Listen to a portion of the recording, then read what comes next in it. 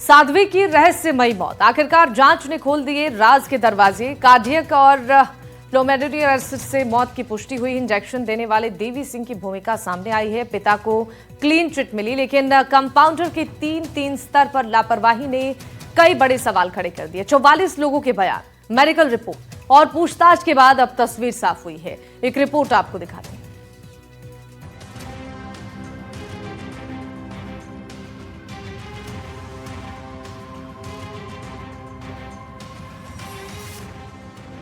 ना दिया जहर, ना थी कोई साजिश।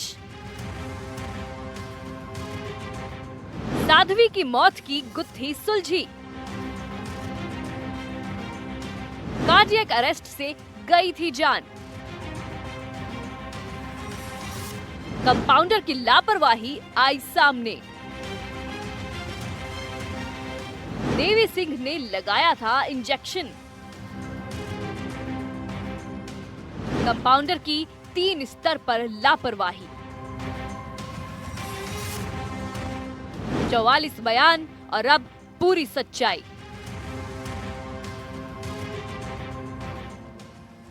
सन्नाटा, सवाल और शक की सुई। कथावाचक साध्वी प्रेम बाइसा की अचानक हुई मौत ने पूरे प्रदेश को हिला दिया था और इसको लेकर कई बड़े सवाल उठ रहे थे कि आखिर किसने इंजेक्शन दिया और इस इंजेक्शन में क्या था। क्या ये महज मेडिकल इमरजेंसी थी या लापरवाही की इंतहा। कॉज ऑफ डेथ आया due to shock as a result of cardiopulmonary arrest due to pulmonary pathology, और उसमें उन्होंने लिखा हुआ है अस्थमा ऑब्लिक सीओपीडी।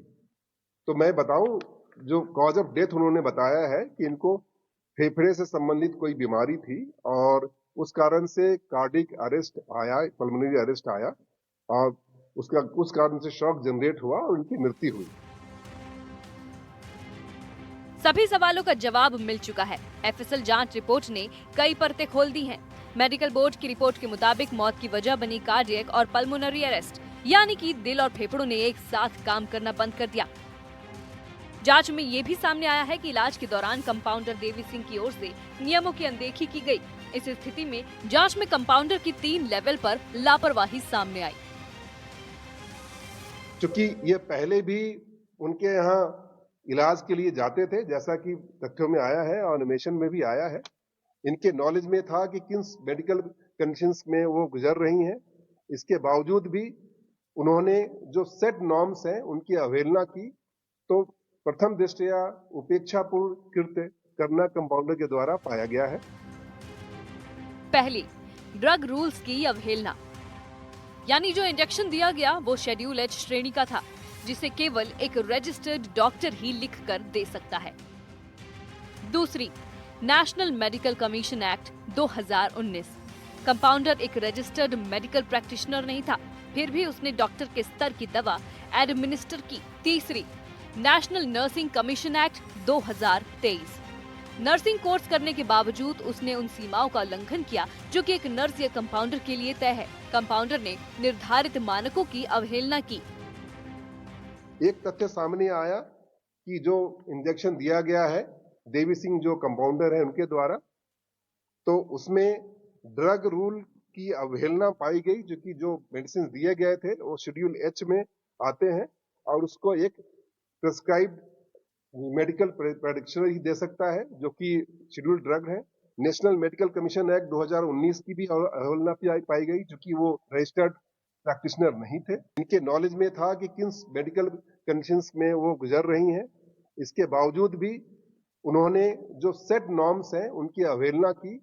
तो प्रथम दृष्टया उपेक्षापूर्ण कृत्य करना कंपाउंडर के द्वारा पाया गया है। National nursing and midwifery commission act 2023 की भी अवहेलना है, चूंकि ये नर्सिंग का कोर्स कर चुके थे, परंतु इन्होंने जो मेडिसिन एक रजिस्टर्ड डॉक्टर दे सकता है उन्होंने वो एडमिनिस्टर किया।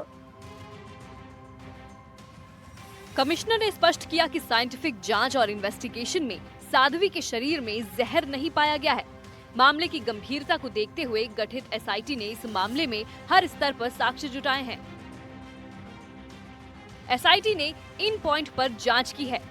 एसआईटी ने 44 लोगों के बयान दर्ज किए, 106 लोगों की कॉल डिटेल सर्च की, सोशल मीडिया एक्टिविटीज की जांच की।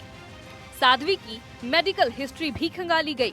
एसआईटी ने पता लगाया कि आखिर किन डॉक्टरों के संपर्क में साध्वी थी और वो पूर्व में कौन सी दवाइयां ले रही थी। घटनाक्रम की पूरी टाइमलाइन तैयार की गई।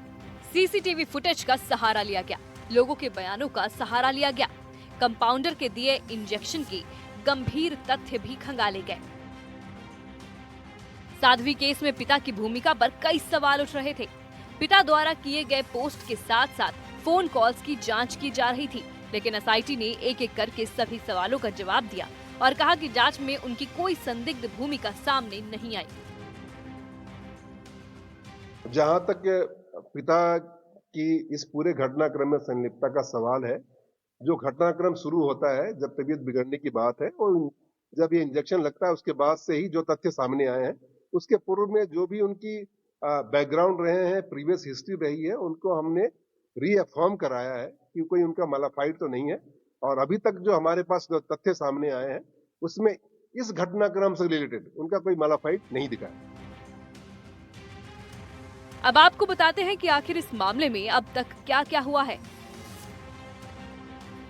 28 जनवरी को साध्वी प्रेम बाइसा की तबीयत बिगड़ी थी।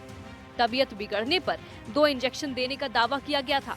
इंजेक्शन देने के बाद शाम 5:30 बजे तक साध्वी की मौत हो जाती है। इस मौत के 4 घंटे बाद इंस्टाग्राम पर एक पोस्ट डाली गई। पोस्ट में अलविदा कहा और अग्नि परीक्षा की बात की गई। पिता ने दावा किया कि कहने पर उन्होंने पोस्ट की थी। रात 9:30 बजे तक पुलिस जांच के लिए पहुंची। शव को मॉर्चरी में शिफ्ट करवाया गया। इसके बाद 29 जनवरी को बीएनएस की धारा 194 में केस दर्ज किया गया। 30 जनवरी को अंतिम दर्शनों के बाद साध्वी को समाधि दी गई। 31 जनवरी को गलत इंजेक्शन से मौत की थ्योरी सामने आई और एसआईटी ने इस एंगल से मौत की जांच शुरू की। 1 फरवरी को एसआईटी ने पिता और सेवादार से पूछताछ की। 2 फरवरी को एसआईटी की टीम आश्रम पहुंची। सेवादार और पिता से पूछताछ जारी थी। वहीं देर शाम कंपाउंडर से पूछताछ शुरू की गई। 3 फरवरी को अस्पताल के डॉक्टरों से पूछताछ की गई और कर्मचारियों से जानकारी ली गई। सीसीटीवी फुटेज को भी खंगाला गया। 12 फरवरी को एफएसएल की रिपोर्ट आती है, लेकिन रिपोर्ट में जहर की पुष्टि नहीं हुई। जांच ने भले ही मौत की वजह कार्डियक और पल्मोनरी अरेस्ट बताई हो, पिता को क्लीन चिट दी गई हो, लेकिन कंपाउंडर की लापरवाही ने सिस्टम पर सवाल जरूर खड़े कर दिए हैं। अब देखना होगा कि क्या सिर्फ रिपोर्ट से इंसाफ पूरा होगा या जिम्मेदारों पर सख्त कार्रवाई होगी। फिलहाल जांच जारी है और एक्सपर्ट रिपोर्ट के बाद आगे की कार्रवाई की जाएगी। जोधपुर से अरुण हर्ष की रिपोर्ट, एनडीटीवी राजस्थान।